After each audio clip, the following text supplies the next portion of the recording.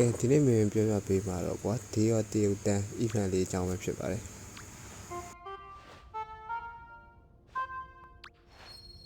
တရုတ်တန်းလို့ပြောလိုက်တဲ့တိုင်းနဲ့သူတို့ရဲ့လဲလေးရင်တွေ့ပဲနောက်တစ်ခုကကျတော့သူတို့နှခါ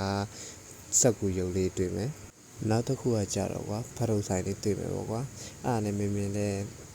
တရုတ်တန်းရောက်တော့ရောက်ခိုင်ဖတ်ထုတ်လေးအရင်စားလိုက်ပါတယ်ဘာညာပေါ့ကွာနောက်သက်ဆိုင်ရာကျတော့မျက်နှာဖုံးလေးအလကားတက်လို့ရမယ်ပေါ့ကွာကိုမျက်နှာဖုံးလေးတက်မယ်ပြန်ချွတ်လို့လည်းရတယ်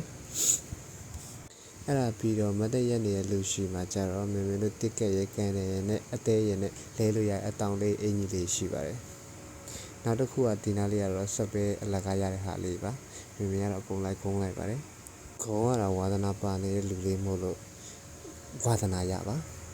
နောက်တစ်ခုကတော့မလာခင်နဲ့ပြောထားတဲ့ဒါလေးလည်းဝယ်ပေးမဲ့လူလည်းမရှိပါဘူးအဲ့ဒီတောင်လေးကို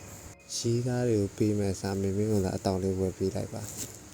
ဒီနေရာလေးကတော့ဈေးဝယ်တဲ့နေရာလေးဖြစ်ပါတယ်အဲ့ဒီကတော့ကြော်လိုက်ပါတယ်မင်းတို့နဲ့မသက်ဆိုင်တဲ့နေရာလေးမို့လို့ဒါလေးကတော့နဂါးစကူရုပ်လေးစီးရဲ့နေရာလေးပါအဲ့ကောင်လေးကအဖွဲလိုက်ဆိုရင်တစ်ဖွဲလုံးချိတ်ပြီးစီးလို့ရပါတယ်ဘယ်လိုပြောမလဲမိုက်တယ်ပေါ့ကွာပြောစရာကြီးပေါ့ကွာနောက်ဆုံးတစ်ခုအနေနဲ့ကတော့ဒီတရုတ်တန်း event လေးကိုလာရောက် show ကြပါလို့ပြောချင်ပါတယ်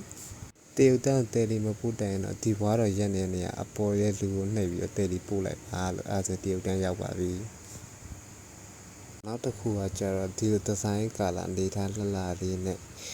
အယောင်လည်းပြောင်းလို့ရတယ်နေကမျက်မှန်လေးတရုတ်တန်းမှာရောင်းပါတယ်ကျေးဇူးအများကြီးတင်ပါတယ်ဒါပါပဲ